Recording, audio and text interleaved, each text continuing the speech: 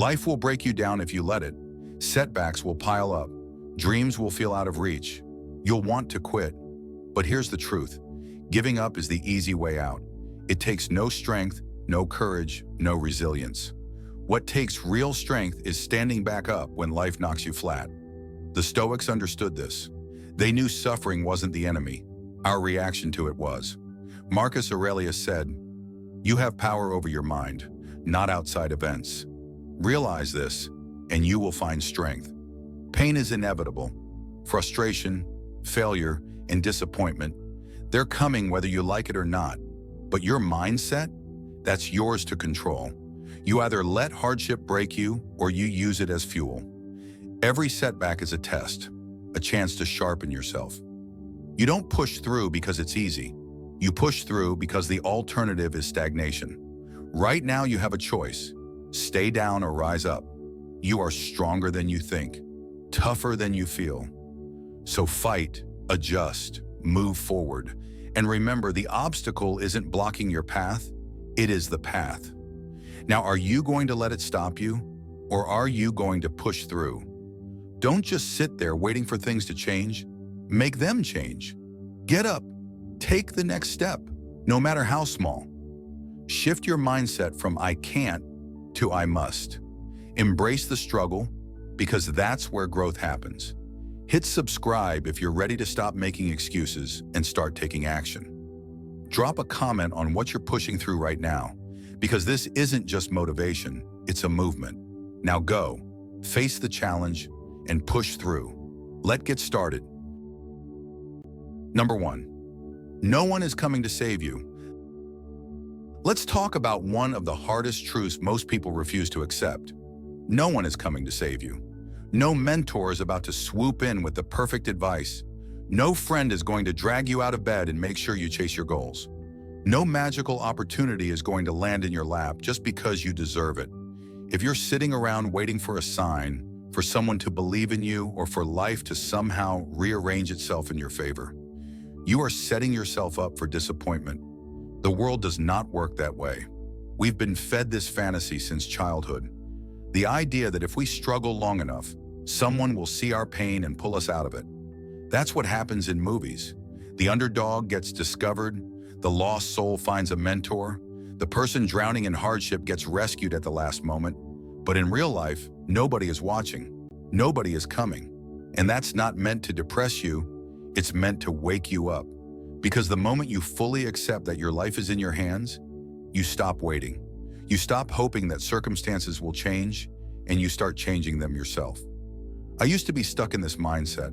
I told myself that if I just worked hard enough, if I was patient enough, someone would eventually recognize my potential and give me my big break. I convinced myself that things would work out if I just kept waiting for the right moment. I was waiting for a job offer to magically appear. I was waiting for someone to notice my talent and invest in me. I was waiting for the right conditions, the right mindset, the right feeling, before I took action.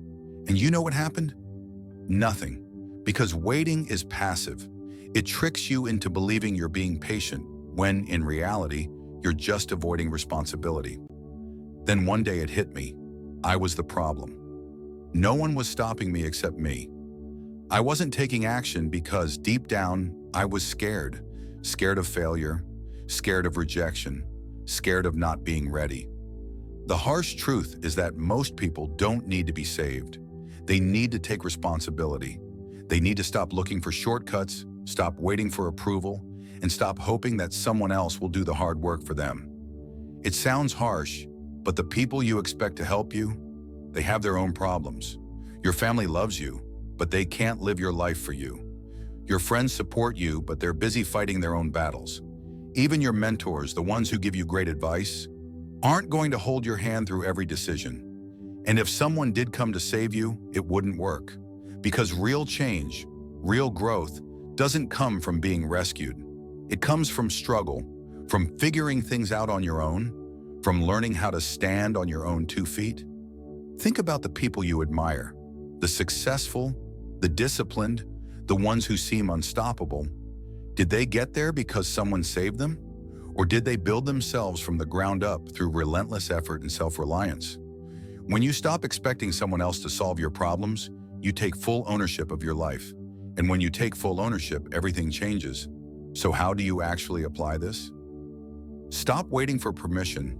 No one is going to tell you it's time to start. No one is going to give you the perfect conditions. You have to create them yourself. Take action even when you don't feel ready. You won't feel ready, ever. Stop waiting to feel motivated and just take the next small step. Accept full responsibility. Where you are right now is a direct result of the choices you've made. That might sting, but it also means you have the power to change it. Become the person you would want to save you. Imagine if the version of you 5 years from now could go back in time and rescue you. What would that person tell you to do today? Understand that action creates clarity. Most people don't start because they don't have a clear path. But the truth is, clarity comes from action. The more you move forward, the clearer things become. Forward, the clearer things become. Here's the beautiful part. If no one is coming to save you, then no one is stopping you either. There are no gatekeepers. No one is standing in your way except the excuses you keep telling yourself. This is your life. No one else is responsible for making it great. So what are you going to do? Sit around hoping for a miracle or take control and become your own damn hero. Number 2, stop romanticizing the quitter's life. Let's talk about something nobody likes to admit. Quitting feels good at first. There's something intoxicating about throwing in the towel. It's a seductive fantasy. The idea of saying, screw this, I'm out, and walking away from responsibilities, stress, and pressure. Quitting lets you escape. It gives you an instant dopamine hit, and for a brief moment, you feel free. That's why so many people daydream about disappearing, moving to a remote cabin in the woods, deleting social media, and ghosting everyone, dropping out of school, quitting their job, or just checking out of life entirely. The idea of quitting is sold to us as this romantic, rebellious act of self-care. And sure, sometimes stepping away is necessary. Sometimes walking away from toxic situations is the right move. But that's not what most people are doing. Most people aren't quitting for their well-being. They're quitting because it's easier than facing the discomfort of pushing through. And here's the truth no one wants to hear. Quitting doesn't actually make life easier. It just trades one type of suffering for another. I've been there. I've fantasized about quitting everything. I've stared at my laptop in the middle of an overwhelming workload, thinking, what if I just walked away from this and never came back? I've sat in my car before an important meeting, wondering, what if I just didn't show up? I've been in the middle of tough projects, relationships, or workouts where my brain whispered, just stop. No one's forcing you to do this. And for a split second, quitting always seemed like the easiest, most peaceful choice. But then I actually did quit a few things in the past, things I knew deep down I shouldn't have given up on. And you know what happened? That initial relief, that freedom, it disappeared fast. Instead of feeling relieved, I felt ashamed. Instead of feeling free, I felt stuck. Instead of solving my problems, quitting just postponed them. Because here's what they don't tell you about quitting. The pain of regret is far worse than the pain of perseverance. People glorify quitting because they focus on short-term relief, not long-term consequences. Quitting lets you avoid discomfort. Quitting gives you an excuse. Quitting removes the pressure. But quitting also kills momentum. Every time you quit, you train yourself to stop when things get hard. It reinforces weakness. The more you quit, the easier it gets, and not in a good way. Quitting leaves you with what if. Every time you quit something important, you wonder what could have been. And worst of all, quitting often doesn't change your situation. If you quit your job because it's hard, you'll probably struggle in the next one too.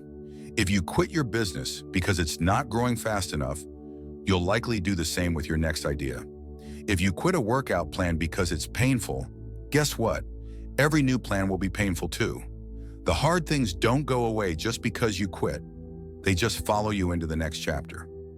Here's the unpopular truth. The things you want most in life, success, confidence, discipline, financial freedom, strong relationships, all require suffering. There is no easy path. You can suffer now by pushing through obstacles, or you can suffer later by dealing with regret. I've met people who quit everything they start. They quit school, They quit jobs, they quit relationships, they quit workouts, and they think they're making life easier. But they're not. They're just building a track record of giving up. And years later, they look around and wonder why nothing in their life has changed. Because quitting doesn't remove the pain, it just delays it. Expect the struggle. The sooner you accept that everything worth having is hard, the less quitting will seem like an option. Think long-term, not short-term. Will quitting feel good today? Probably. Will it feel good a year from now? Probably not. Remember your why. The reason you started something is always more important than the reason you want to quit. Reframe failure. Struggling doesn't mean you're failing, it means you're growing. Give yourself time before making decisions. If you feel like quitting, wait 48 hours. Most of the time, the urge to quit is just a temporary reaction to stress. If you quit something that genuinely isn't serving you, fine, walk away. But if you're quitting just because it's hard, because it's uncomfortable, because it's taking longer than expected, you are only robbing your future self. Because while you're quitting, someone else is pushing through. While you're quitting, someone else is building resilience. While you're quitting, someone else is leveling up. So next time you feel tempted to quit, ask yourself, am I quitting because it's the right decision or because it's the easy decision? Because the easy road never leads anywhere worth going. Number 3, feel the feels, but keep moving. Let's get real for a second. Some days life sucks. You wake up feeling like a failure. You're overwhelmed, exhausted, and questioning everything. And the worst part, you can't even explain why. Society loves to shove toxic positivity down our throats. Just think happy thoughts. Manifest good vibes only. Don't let anything get to you. But let's be honest, that's complete nonsense. Sometimes life punches you in the face, and when that happens, trying to pretend you're fine doesn't help. Suppressing emotions doesn't make them disappear. In fact, it usually makes things worse. But here's where most people mess up. They let their feelings dictate their actions. They feel sad, so they stop showing up. They feel anxious, so they procrastinate. They feel unmotivated, so they quit. They tell themselves, I'll start when I feel better. But that's a trap. Because if you wait to feel good before you take action, you'll be waiting forever. The key to pushing through? Feel everything, but keep moving anyway. I used to believe that my emotions were facts. If I felt unworthy, I must be unworthy. If I felt like a failure, I must be failing. If I felt like giving up, that must mean I should. But that's not how reality works. Emotions are like weather. Some days are sunny, some are stormy, and some feel like a full-blown hurricane. But just like the weather, your emotions will pass. The mistake most people make is treating temporary feelings like permanent truths. They say things like, I feel unmotivated, so maybe I'm not meant to do this. I feel anxious, so I should wait until I'm in a better place. I feel exhausted, so maybe this isn't the right path for me. But emotions are not instructions. Just because you feel like quitting doesn't mean you should. Just because you feel lost doesn't mean you are. If I had quit every time I felt like quitting, I wouldn't have accomplished anything. Because the reality is, some of my biggest breakthroughs happened on the days I felt the worst. One of the biggest lies we tell ourselves is that we need to feel ready before we take action. That if we're struggling emotionally, we should press pause. But think about this. Do you wait until you feel strong before going to the gym? Do you wait until you feel smart before studying? Do you wait until you feel motivated before working hard? Of course not, because action creates emotion, not the other way around. Some of my most productive days started with me feeling like absolute garbage. But I forced myself to take the first step, just one tiny action. Suddenly, my energy shifted. The work started flowing. The motivation kicked in. And by the end of the day, I was in a completely different mental space. This is what most people don't realize. You don't need to feel good to move forward, but moving forward will eventually make you feel good. Let yourself feel without guilt. Stop shaming yourself for being human. Sadness, frustration, fear, and anger are all normal. Ignoring them won't make them go away. Separate feelings from facts. Feeling like a failure doesn't mean you are one. Feeling unmotivated doesn't mean you can't get things done. Question your emotions instead of obeying them. Take action first, feelings second. Start small. Move forward in tiny ways even when you don't want to. If you wait to feel ready, you'll never start. Create momentum, not motivation. Motivation is unreliable. Momentum, on the other hand, is unstoppable. Do one thing, anything that moves you forward. That's how you shift your mindset. Remember that emotions are temporary. No feeling lasts forever, not sadness, not doubt, not even rock-bottom despair. The only thing that keeps you stuck is believing that your emotions define you. Life is messy.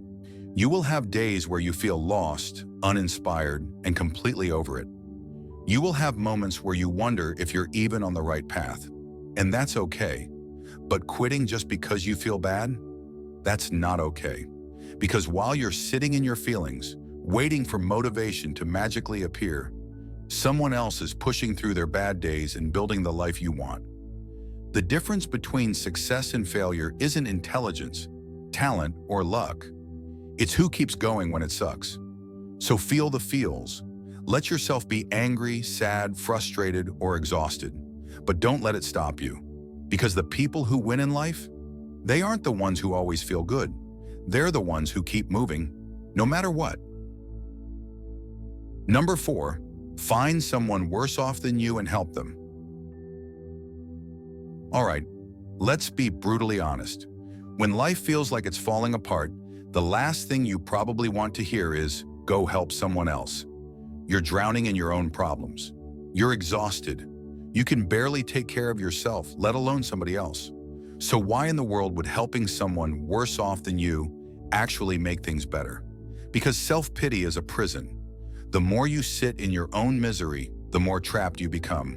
The more you obsess over your problems, the bigger they feel. But the second you shift your focus to someone else's struggle, your own problems shrink. And here's the part no one talks about. Helping others is the fastest way to help yourself. Not meditation, not journaling, not even therapy. As powerful as those things are, if you really want to snap out of your mental fog and stop feeling stuck, go help someone who has it worse than you. Let me tell you a hard truth. You are not the only person suffering. I say this with love, but most people, myself included, get trapped in this self-centered mindset where we think, no one understands my pain. No one else has it this bad. I'm alone in this. But step outside your bubble for 5 minutes and reality will slap you in the face. That thing you're struggling with? Millions of people have survived worse.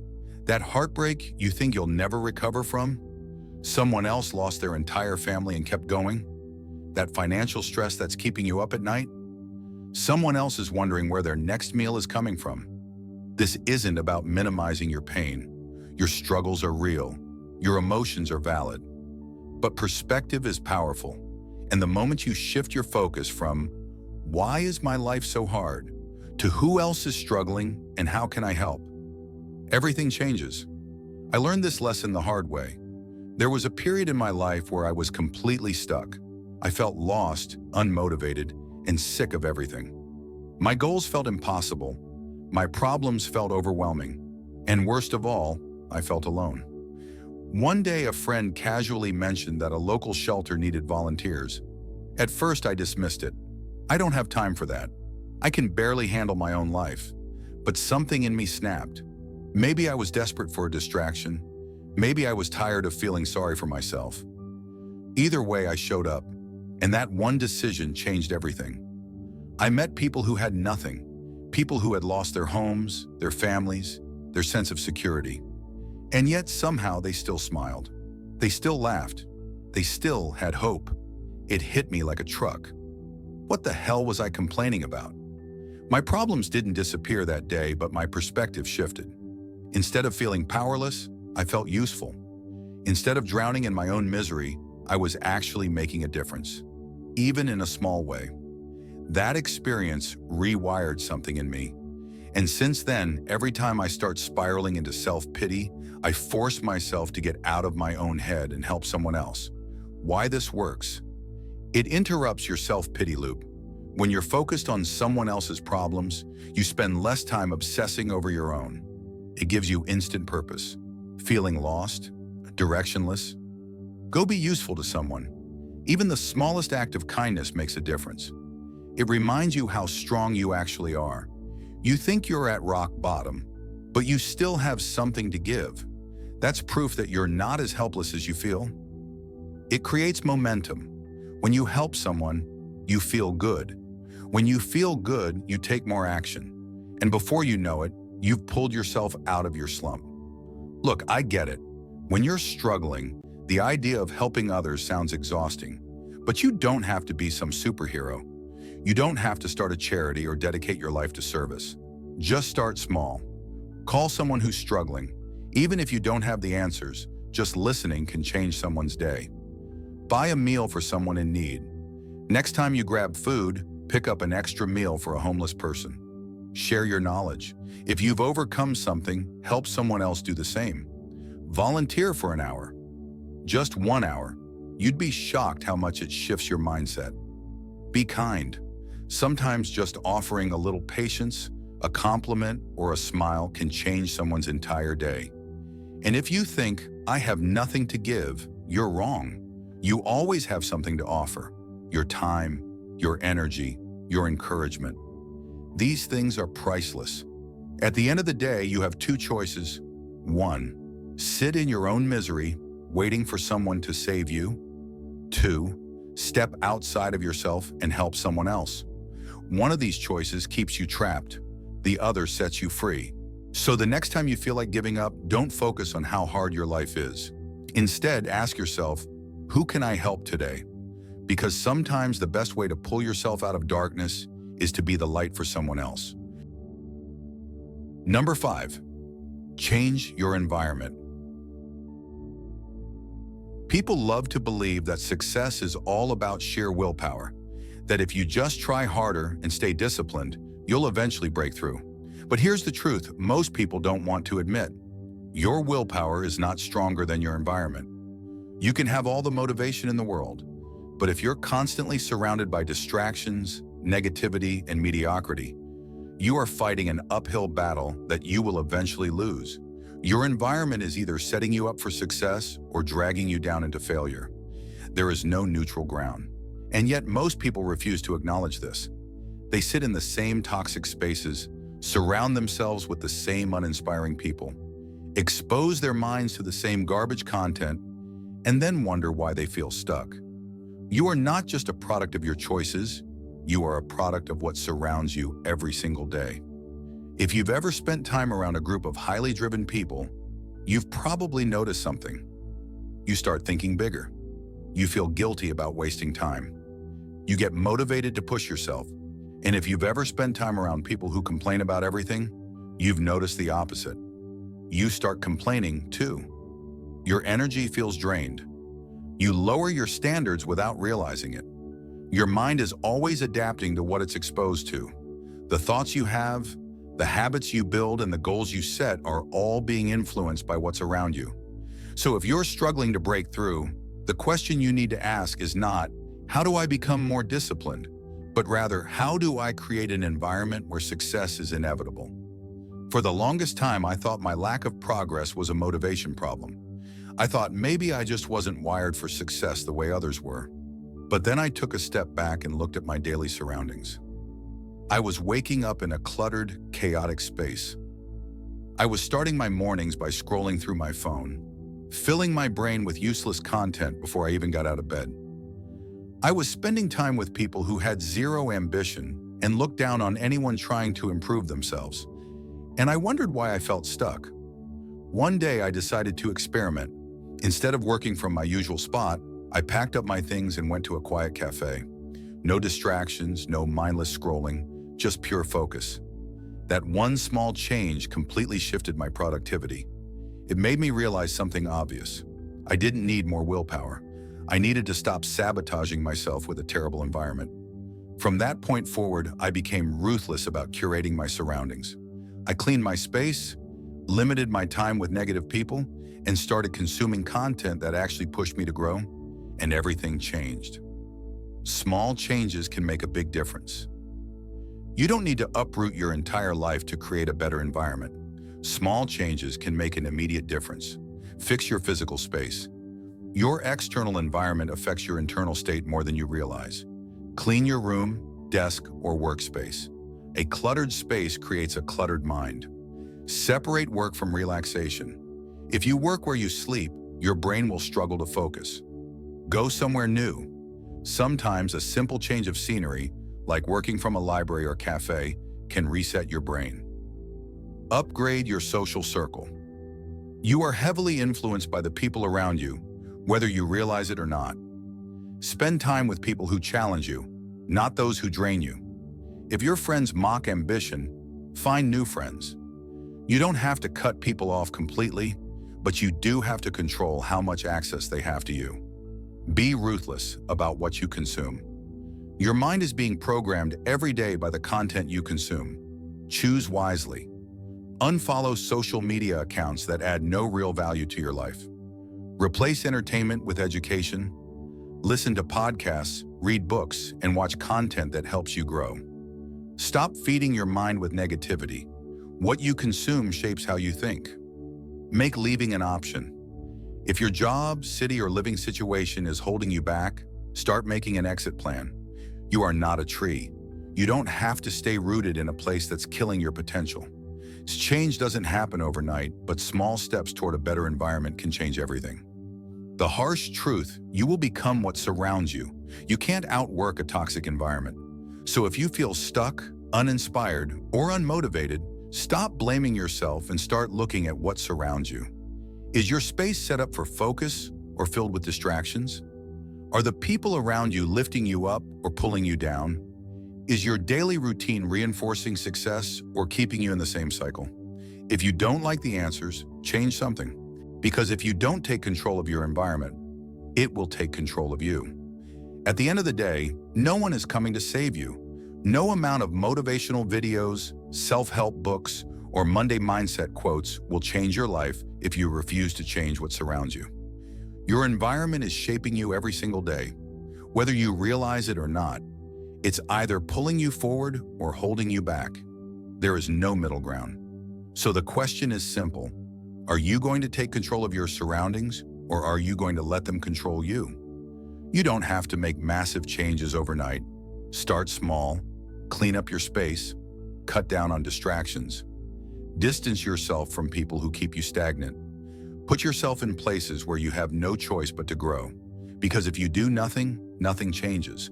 If this hit home for you, don't just nod your head and move on. Take action. Even if it's just one small change today. That's it for today. Now go change something.